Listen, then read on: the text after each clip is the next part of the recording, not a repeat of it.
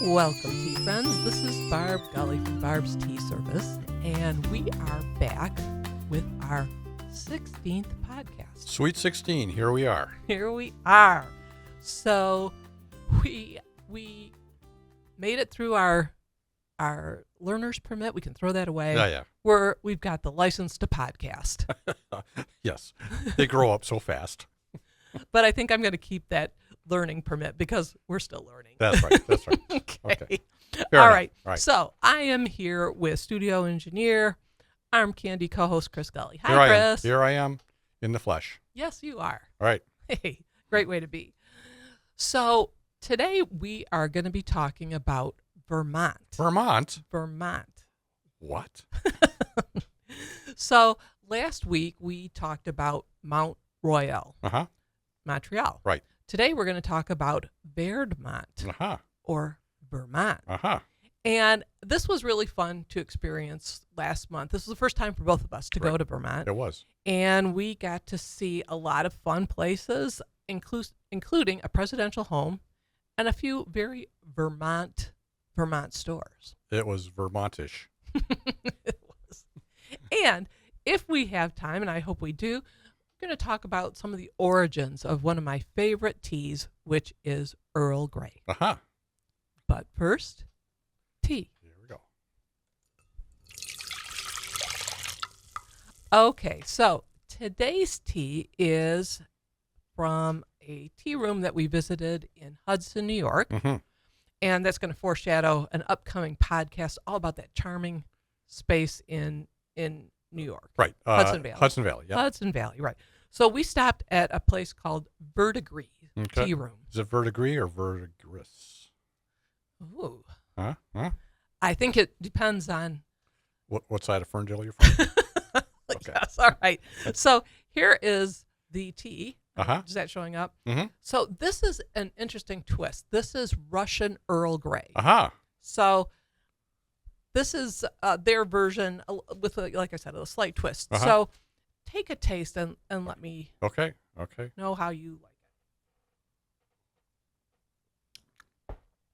Oh, that's it's a lighter version of Earl Grey and some more even without consulting my taste wheel, there's a lot of more citrusy than the typical bergamot. It is. It has a bit of lemon in it, a little bit of orange peel, and there's lemongrass in it. I said that. It's very drinkable.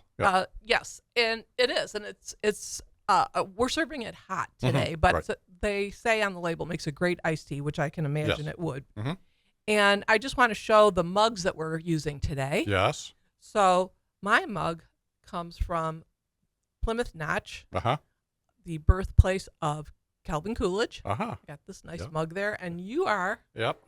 This is the Harding House mug. Yes. So I guess we should be grateful that this tea does not taste like dead presidents, because that's not on my tasting wheel. No, that is not. Okay. But it's kind of nice because we're keeping in the same time period, Yes. and there's that connection. Right. So, okay, so I'm going to take another sip of that. All right. I did enjoy that. Yep. Okay, so let's talk about our journey to Vermont via Montreal. So we came back from Montreal through the Vermont border. Right. First, a few facts about Vermont. Yes. So in 1609, we have Samuel de Champlain coming from France, one of the first European surveyors of this land. Right. And he comes up to Lake Champlain. He says, "That's odd. That's my name." So I guess it's one of those benefits of being an explorer. You can name things that you like That's right. after yourself. All right. Okay. Excellent. So in the mid-1600s, he makes a map of this, and he charts out this area, calling it Vermont. Which means? Green Mountain. It's like the Green Mountain Boys. Yeah. It's a band. It's a band. Okay. I'm a big fan of, I think that might be country music. Yeah. Okay. So Vermont became part of New France until 1765. There's a little tiff between I think this is the French and Indian War. Yes. And the French and the Indians kind of lost. They did. Yep. And so the English got it for a bit of time, right. but then yada, yada, yada, War of Independence. Yeah, things happen. Then Vermont became a state, the 14th state in 1791. Right after the original 13. That's right. Yeah. Okay. And then what surprised me as we were going, because again, this was both of our first trip to Vermont, is that there's not a lot of people here. There were not. It's it's one huge giant postcard. The entire state. That's a great way to describe it. Yes. It is. It's just beautiful. Yes. So the 2020 census puts them at 640,000. Yes. That's not a lot of people for a fairly large area. Right. It is actually the least populated state except for Wyoming. Which is a larger state. Right. Who knew? I didn't, but I became very aware as we were driving through. Right. So it's a sixth small state in area. And the capital is Montpelier, which is a trivia answer for what's the capital of Vermont. Oh, I thought you were going to tell us maybe it was Pelier Mountain. But No. Okay. No. Okay. No. Well, good. That is good. We'll keep that in our back pocket as the state capital. But it's not the biggest state. The biggest state is Burlington. And in the 1980s, somebody very famous was mayor. Yes. He's the current United States Senator from Vermont, one Bernie Sanders. Exactly. Okay. So back to the population, though, just for some comparison. In the 2020 census, Detroit was at 630,000. Right. Yeah. So. Yep. And it doesn't look anything like Vermont. It does not. It does not. Yeah. But that does explain, as you said, this is a postcard state. Right. And as we were driving around, there weren't a lot of stops or exits that you could go to. No. Not a lot of those large. Yeah, it's a different travel by car experience than we're typically. I mean, we're, necessarily we drive interstates most of the time to get anywhere fairly quickly, and that's a whole overused term. That's a whole different vibe, driving vibe. In Vermont, it's just one big country road. That's right. I know, because I kept looking for an off exit where we could go to McDonald's or staying classy. It doesn't happen. Nope. No, there's no Buc-ee's. No. So no. Okay, but we noticed this as we went to all our different sites. Right. So we went to Plymouth Notch, birthplace of Calvin Coolidge. It is. We went to the Vermont Country Store. Love that. Yes. We went to the Vermont Teddy Bear Store. And then we went to Hilding. Right. Which is the home of Robert Todd Lincoln. Yeah. He was the son of the only surviving child, actually, of Abraham Lincoln and Mary Todd. Amazing. Yes. So there's a lot to talk about. We probably won't get to everything, but anyway, we'll start in order of Plymouth Notch. Right. And Plymouth Notch is the childhood home of Calvin Coolidge. It is. And you asked me the other day, was Calvin Coolidge a tea drinker? Yes, because we have to have some connection with this podcast. Do we? We kind of go off a lot on tangents. That's okay. But thank you for keeping us on task. Yeah. So I did a little digging, and I found out that he wasn't really known as a tea drinker. Right. Not really known to drink too much, even for adult beverages. Right. He could have been a teetotaler. He could have been, but what wasn't? But I don't know. I do know. I don't think he was. No, right. I have this little bit of information that he was rather fond of a wine, Tokay wine. Tokay wine. And that is? It's a sweet wine from Hungary. Oh, okay. All right. And he liked to sip a little bit of that. Sure. He was introduced to that by William Randolph Hearst. So I guess he did many things. Wow. Including introducing Calvin Coolidge to Tokay wine. Yeah. I don't know if you see that much in history books. But. No, nor should you. So there was a drink, though, that was named in honor of Calvin Coolidge. Okay. It was called Keep Cool with Coolidge Highball. That's interesting. It is. And because it was during one of his re-election. Right. And that was during the time of Prohibition. Uh-huh.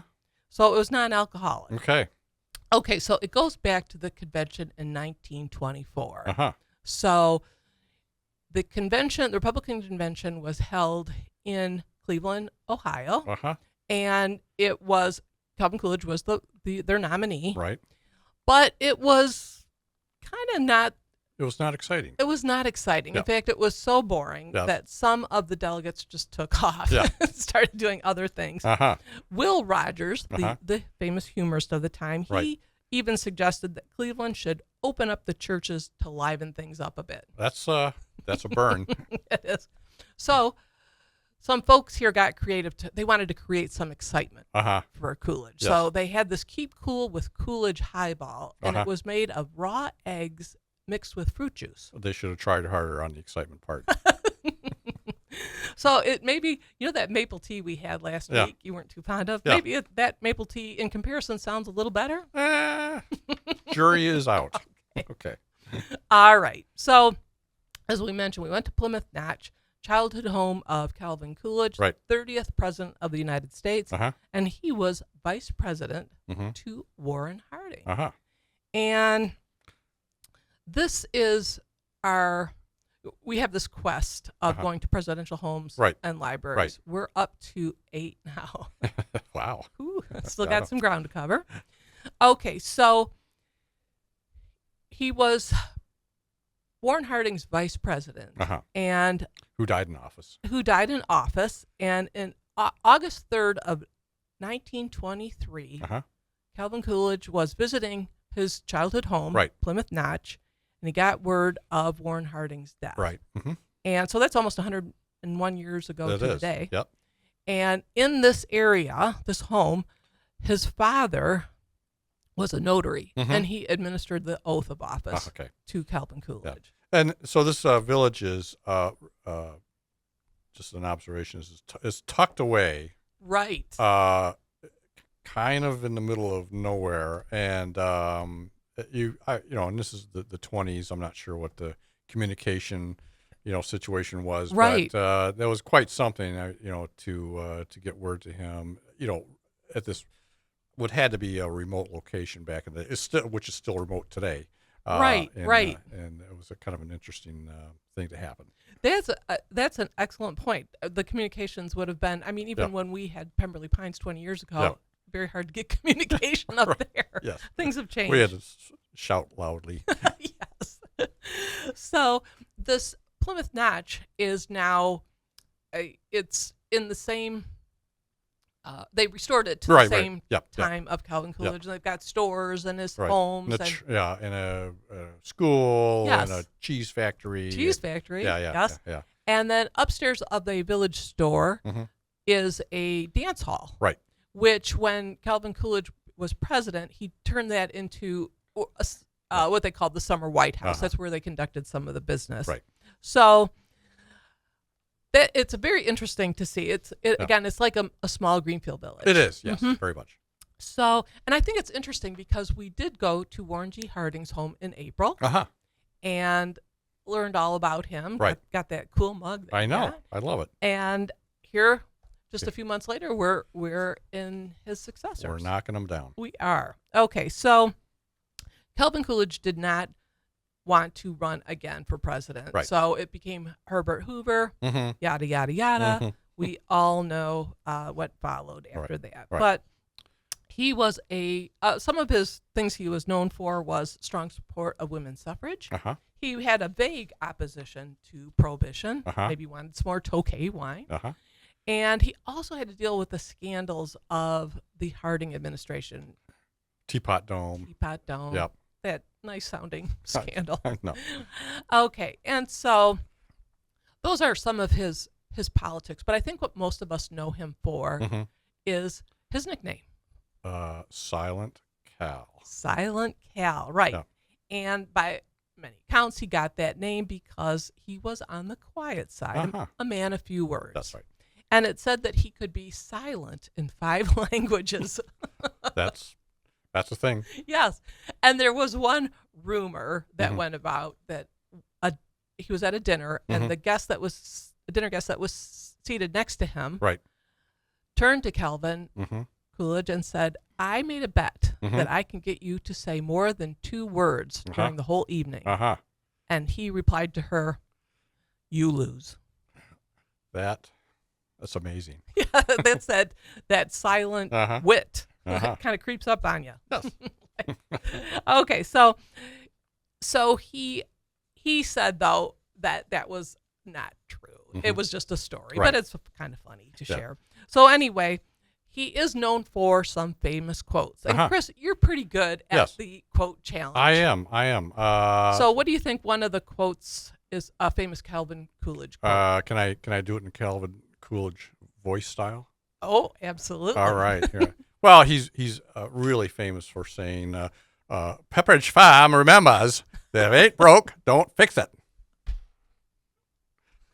Hey, that is outstanding. That's okay, but it's wrong. It is wrong. Yep. And so, one of the quotes he is known for is he said this, and I'm just going to do it in my own voice, okay, because I can't replicate that. Nor should you. He said, "I have noticed that nothing I never said ever did any harm to me." That's pretty good, isn't it? That's pretty. Yeah, good. that's some wise wisdom. Yeah. Okay, so after all of that history that we were submerged in, it was time to do some serious shopping. Some shopping therapy. Shopping therapy. Right. And we went to the Vermont Country Store. And it's literally the Vermont Country Store. I think there's 2 of them actually, but there is. But this was the main one. This is the original one in Weston, Vermont. Yeah. Population 600 or something. It was really small. Yeah. But it's in Vermont. Yeah, that's right. So this is I've known of the Vermont Country Store. I think most of us do from the catalog. Right. They have these this unique product offering. Right. A lot of these old timey things. Yep. They have Christmas ornaments and obscure just a lot of cosmetics and things. Knickknacks and they what else? Oh yeah, right. Yep. PJs, nightgowns, all these different things. And they also have old timey toys, lots of food and fudge. Yes. Okay, so the story of the Vermont Country Store dates back to 1946 when Vrest, and I'm not sure I'm pronouncing that correctly, V-R-E-S-T. That's either a misspelling or that's how it is. So Vrest and his wife, Mary Ellen Orton, they opened up the Vermont Country Store in this village of Weston, and it was really inspired by childhood memories of his father's own general store. Okay. And he says that he could still recall being in his father's general store. It was a little bit north of this area, right, where all the men came together, and they'd wait for the horse-drawn carriage that came from Montpelier to deliver the mail. And he says, and I'm going to read this, he said, the store was warm and cozy. It smelled of leather harnesses, coffee, smoked kerosene lamps, tobacco, and sugar maple logs burning in the pot-belly stove.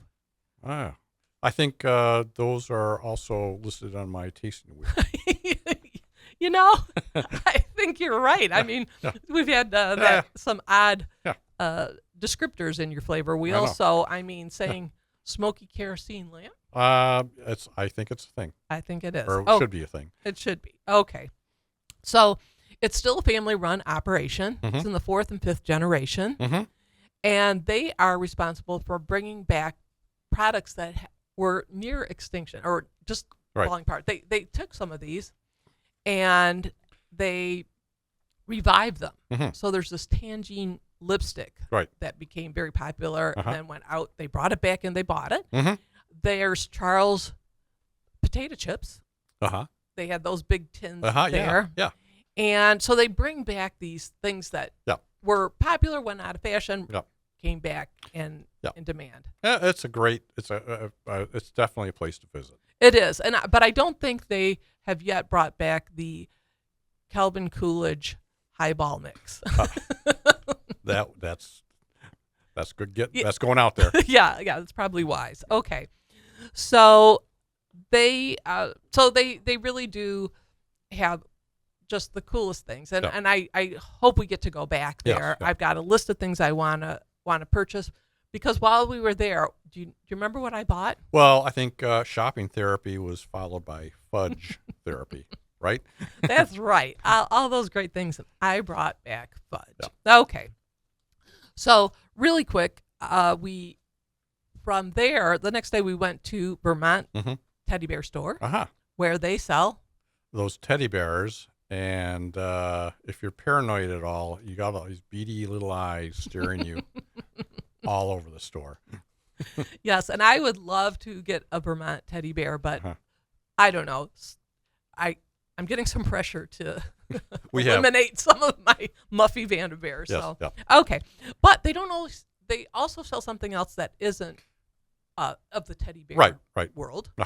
And they are the Vermont mittens. Yes, and they were made famous by our same Bernie Sanders when he was seated in a chair on a cold day out there for who knows what reason. The inauguration. And he's, and he's wearing these great mittens. Right. So you can purchase these Vermont mittens, which I think would be great. Okay, so we'll leave Vermont for a little bit, because I want to talk about Earl Grey. And that's one of those teas that I think we both really enjoy. It goes great with afternoon tea. Right. Kind of a lighter tea. It has that little citrusy notes that pair well with a lot of the afternoon tea fare. They do. Okay. So there are some discrepancies in the origin stories of Earl Grey. What? I know. So where it came from, I checked with 3 different sources that I think are quite credible, and I'll share those with you. But first, I thought it'd be important to know, who is Earl Grey. Yes. So Earl Grey, he was a real person. He was a real person, and he was also known as Viscount Howick. He was a distinguished British Whig politician, and actually was Prime Minister of England in the 1830s. Okay. So we know who this guy is. Right. And he lived in Howick Hall in Northumberland, England. Okay. So that's kind of Scotland adjacent. Oh, right. Okay. And yes, very, very north. And his family had lived in this area dating back to the 1300s. Okay. So he made his homestead there, a very nice Howick Hall. And guess what? We have not yet gone to this home. How could that have not happened? I know. I'm going to put this on our list for when we go back. Right. Because guess what? They have a tea room there. And you know what it serves? I think Earl Grey. Earl Grey. Right. Exactly. Nice. So that's on our next trip. Right. So what is the Earl Grey tea blend? Well, we've talked about that a little bit already, even in today's podcast. It's a black tea with the oil of bergamot. Bergamot is a small citrus fruit from the Mediterranean, like a small orange, lemon. And one of the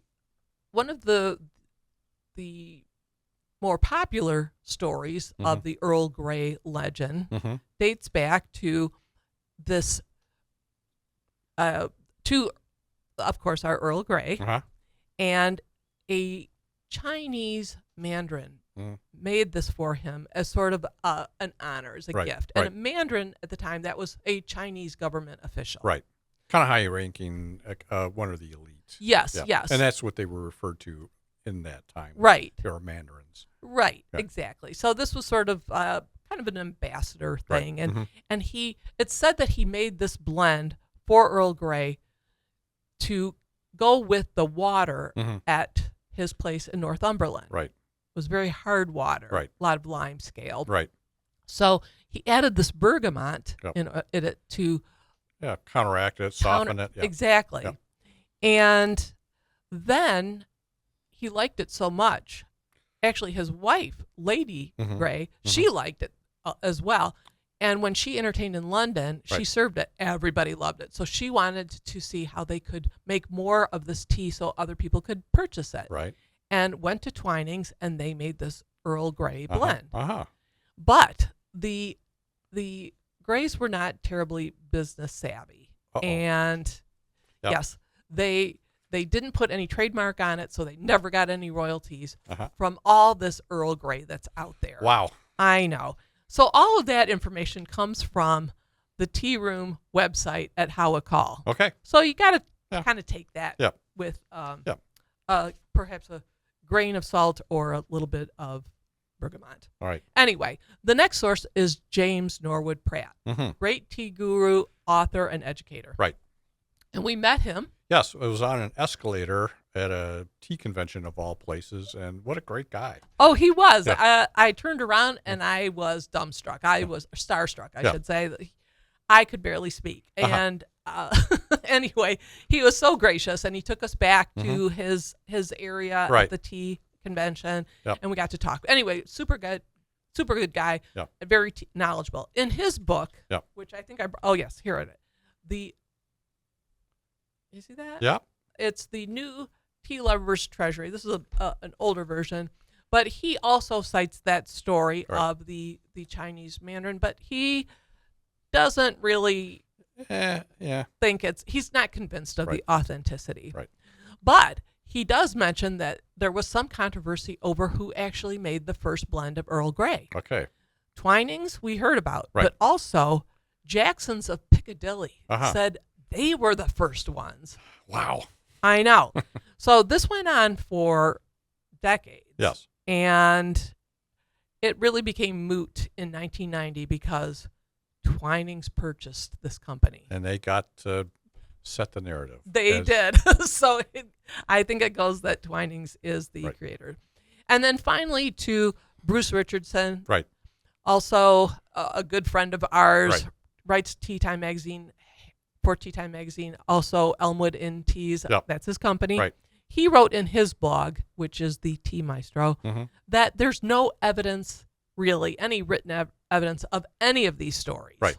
So he thinks it could really be just clever marketing in order to tie this great family to this kind of exotic blend. Well, it shows you what a good PR campaign can do for you for like one drink, and then you've got that Calvin Coolidge concoction that didn't go anywhere because it wasn't really, wasn't marketed very well. Plus, it probably was awful. That's, I was going to say, I mean, tartanery, that's kind of a cool product, and other things we've talked about. Right.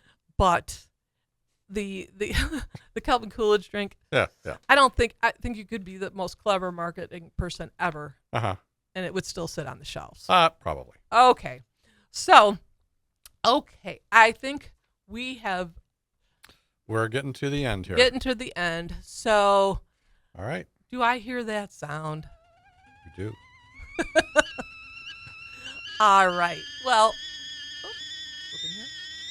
I want to thank everybody. Thank you, Chris, for all your great commentary, and thank On TV Studios for allowing us to be here. Right. And to all our listeners and watchers. We're good. Please stay tuned. All right. We're done.